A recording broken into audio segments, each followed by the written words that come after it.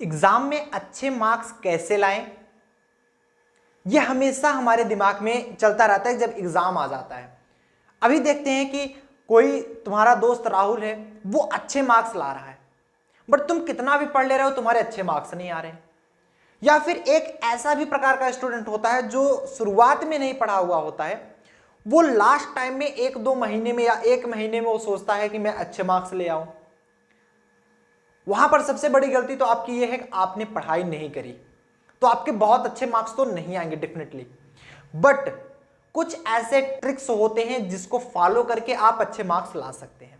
वो ट्रिक्स के बारे में आज मैं डिस्कस करने वाला हूं। कोई ऐसी ट्रिक्स नहीं होगी जिसे आप याद कर लोगे वो ट्रिक्स तो आ जाएगा आपका क्वेश्चन फटाफट से और आपके मार्क्स आ जाएंगे। नहीं, पढ़ना तो आपको पड़ेगा दोस्त, बट क्या है कि वो ट्रिक्स ऐसी है कि देखो, पढ़ाई करने का तरीका एक अलग चीज है।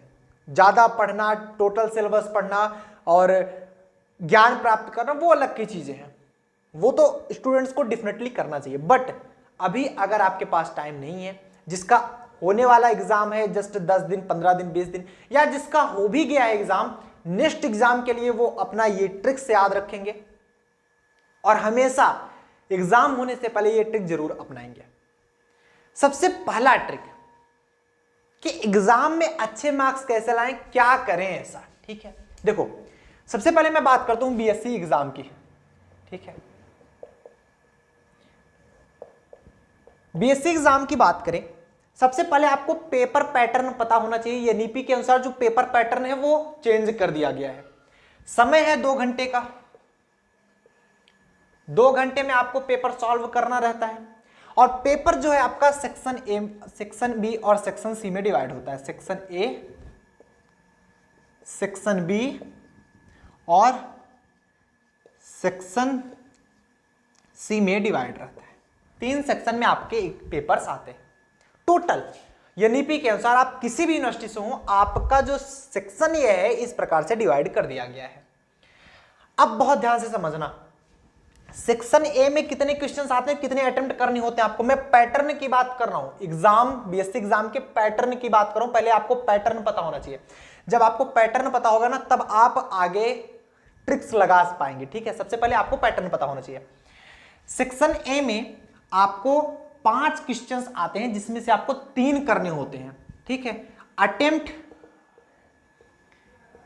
Any 3 out of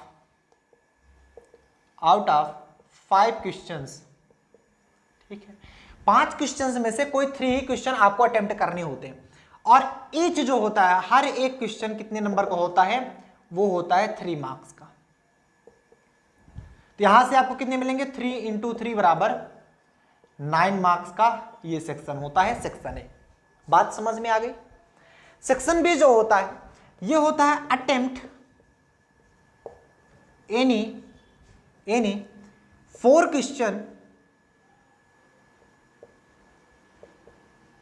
questions out of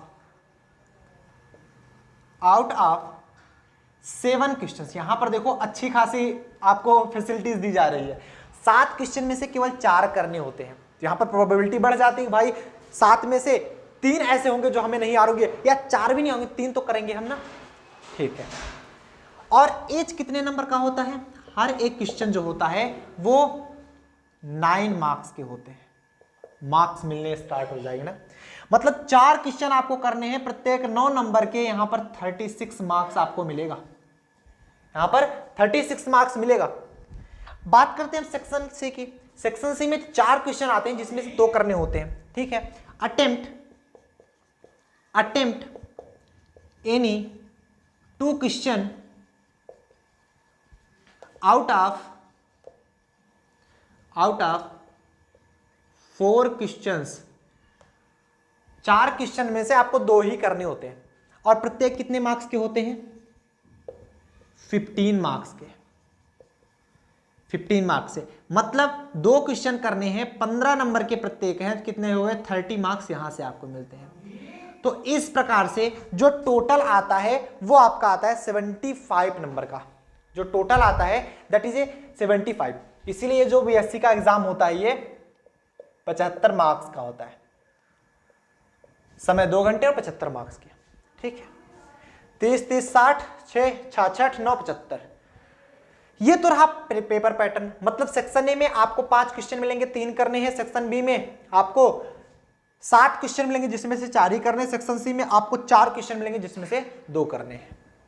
ठीक है सर, इतना तो हमें भी मालूम है। अब आप ये बता दीजिए कि कैसे हम अच्छे मार्क्स लाएं बीएससी में। देखो मैं टॉप करने वाले को लिए नहीं बता रहा हूं, ये अगर पैटर्न वो लोग अप्लाई करेंगे जो ऑलरेडी पढ़े हुए हैं अच्छे से, वो टॉप करेंगे। क्योंकि ये जो पैटर्न होता है जो मैं बताने वाला हूं ना, उससे क्वेश्चंस आने की जो प्रोबेबिलिटी होती है वो ज्यादा होती है। सबसे पहले आपको क्या करना है, अनसॉल्व उठाना है। सबसे पहला काम करो, अनसॉल्व उठाओ लास्ट ईयर का। अनसॉल्व उठाने के बाद लास्ट 2 ईयर का पेपर सॉल्व कर लो। कुछ मत करो, याद कर लो, चाहे जैसे भी कर लो, तुम्हें लास्ट 2 ईयर का पेपर याद होना चाहिए, जबान पे याद होना चाहिए।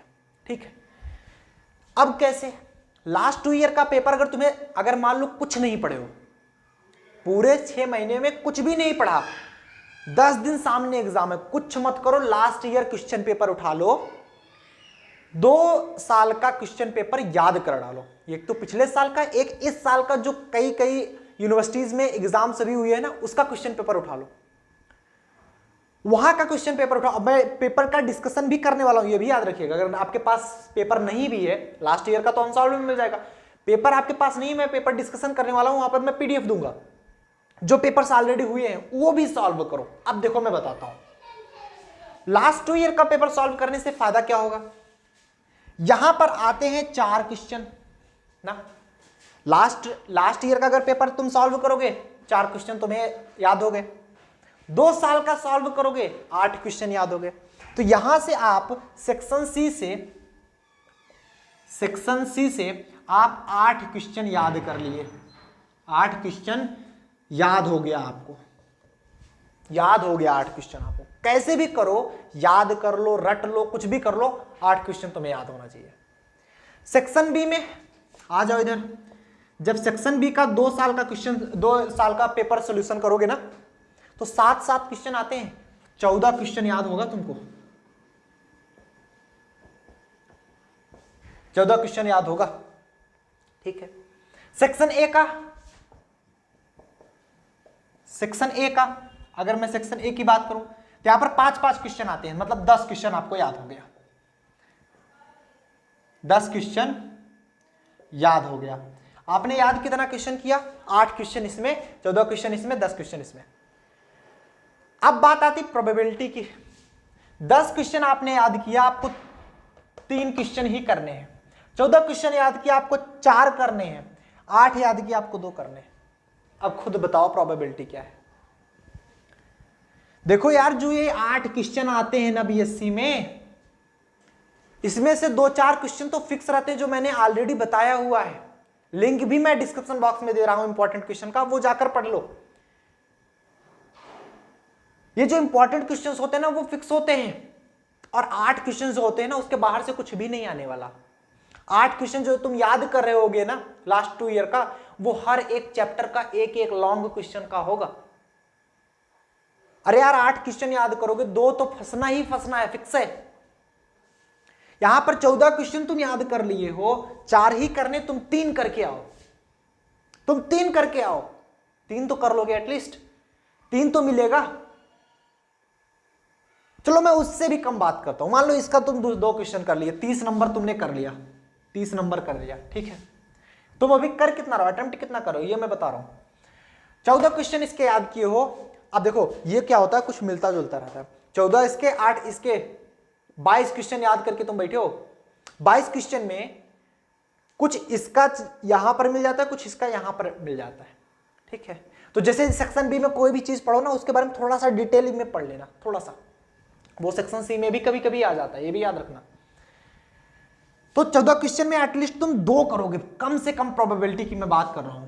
2 क्वेश्चन अगर इसके, अगर आप 2 कर पाए, इसके आप 2 कर पाए, तो 9 दूनी 18 नंबर के आप कर लिए। यहां पर 18 नंबर के कर लिए। ठीक है, ये 15-15 नंबर का होता है और ये 9-9 नंबर का होता है।